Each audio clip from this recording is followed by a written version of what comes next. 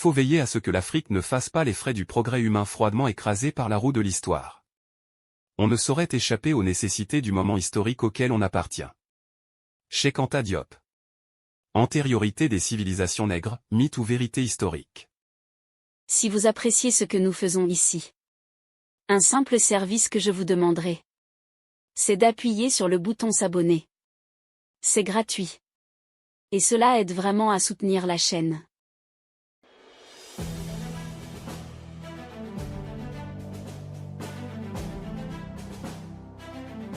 Officiers généraux, officiers supérieurs, officiers subalternes, sous-officiers, caporaux, matelots et soldats. Le président de la République, chef de l'État et commandant suprême des forces armées de la République démocratique du Congo, s'est adressé à la nation en date du 29 janvier 2025. Suite à l'agression du Rwanda et le silence coupable de la communauté internationale. En ces jours, je m'adresse à vous. Allez-vous permettre à nos audacieux ennemis de violer impunément l'intégrité du territoire de la République? Allez-vous permettre que s'échappe l'armée qui a porté la terreur dans vos familles? Vous ne le ferez pas. Marchez donc contre elle. Arrachez à son front les territoires actuellement sous son emprise. Votre engagement et la fidélité à votre devise. Ne jamais trahir le Congo. Toutes ces guerres sont causées par la convoitise de nos ennemis. Ces derniers vont venir pour tenter de vous corrompre. Il ne faut donc pas trahir le Congo. Vous devez vous rappeler les conséquences d'une armée défaite. Apprenez au monde que la malédiction s'abat sur ceux qui violent le territoire du grand peuple. Les résultats de nos efforts ne sera qu'une paix durable. Vaincre sans péril, on triomphe sans gloire.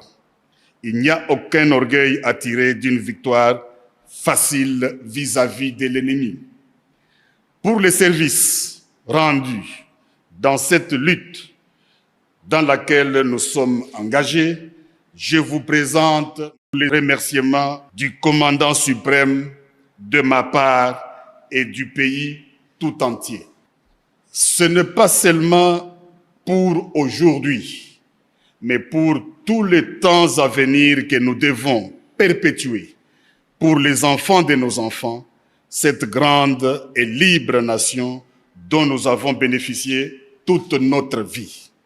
Je vous prie de vous souvenir, non seulement pour moi, mais aussi pour vous, que la nation vaut la peine que l'on se batte pour elle, pour s'assurer un tel joyau inestimable qu'est la République démocratique du Congo. Nous avons devant nous une épreuve de plus pénible, de nombreux et longs mois de lutte et de souffrance. Vous vous demandez quelle est notre politique. Je veux le dire ici. C'est faire la guerre par mer, par terre et par air, de toutes nos forces et avec toute la force que Dieu peut nous donner, de faire la guerre contre la tyrannie monstrueuse, jamais surpassée dans les sombres et lamentables catalogues du crime humain. Telle est notre politique. Il s'agit d'une question de vie ou de mort pour la République démocratique du Congo. Il s'agit particulièrement de savoir si le peuple congolais restera libre ou tombera dans l'esclavage post-colonial. Il ne doit pas y avoir de place dans nos rangs pour les pleurnichards et les lâches, pour les marchands de panique et des déserteurs.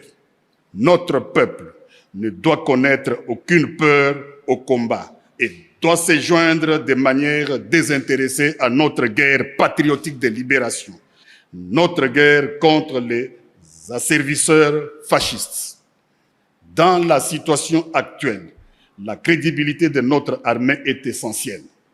C'est pourquoi vous devez assumer sans faiblesse votre mission constitutionnelle. Défendre les frontières de la République démocratique du Congo contre toutes les menaces, d'où qu'elles viennent. Vous devez donc faire face aux menaces qui se présenteront dans tous les domaines des conflictualités. Chacun d'entre vous doit se sentir concerné par cette mission. Ici, nous restons debout et nous nous battrons. Il n'y aura pas d'autre retrait. J'ai ordonné donc que tous les plans et instructions concernant un prétendu dialogue avec les terroristes du M23, supplétifs de l'armée rwandaise, soient complètement brûlés, et ce, immédiatement. Nous allons rester ici au Congo et nous battre. Si nous ne pouvons pas rester vivants ici, alors restons ici morts. Vous êtes sur le point de vous embarquer dans la grande croisade, vers laquelle nous avons lutté pendant de nombreuses années. Les yeux du monde entier sont braqués sur vous. Les espoirs et les prières des personnes éprises de liberté partout dans le monde entier sont braqués sur vous. En compagnie de nos courageux alliés et frères d'armes sur d'autres fronts, vous parviendrez à la destruction de la machine de guerre rwandaise, à l'élimination de la tyrannie rwandaise sur le peuple opprimé d'Afrique et à la sécurité pour nous-mêmes dans un monde libre. Nous irons au combat à notre manière et nous serons accompagnés par l'esprit des millions de nos martyrs, de nos ancêtres, torturés et brûlés vifs pour leur patriotisme, de nos pères assassinés et de nos mères, nos sœurs, ainsi que nos filles massacrées et violées, de nos frères mutilés et de nos enfants étranglés. Et dans cette bataille, nous briserons l'ennemi et apporterons le salut à notre peuple, éprouvé dans la fournaise de la persécution, assoiffé seulement de la liberté, de droiture et de justice. La voie que nous avons choisie pour le présent est pleine de dangers, comme tous les chemins le sont.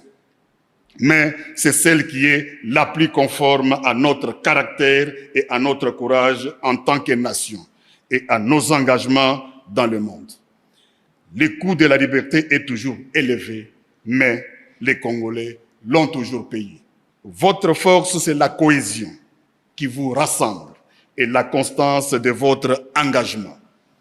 Votre honneur, c'est le respect de la mission pour laquelle vous donnez tout, avec un courage et un enthousiasme qui font l'honneur de notre pays. Votre fierté, c'est de servir la République démocratique du Congo, de la défendre et de la protéger toujours et partout, sous tous les climats et toutes les latitudes. Honneur pour toujours à notre armée et à son commandant suprême. Honneur à notre peuple que des épreuves terribles n'ont pu réduire ni fléchir. Honneur à la nation congolaise. Honneur aux nations de la SADC qui ont mêlé leur sang à notre sang, leur peine à nos peines, leur espérance à notre espérance. Et avec eux, nous allons triompher. Je pense aussi à nos blessés, ainsi qu'aux familles, aux soignants et aux camarades qui les accompagnent dans leur reconstitution. Qu'en notre soutien, tous puisent le courage et la force de continuer à aller de l'avant. J'ai totalement confiance en votre courage, votre dévouement et votre compétence dans la bataille. Nous n'accepterons que la victoire totale.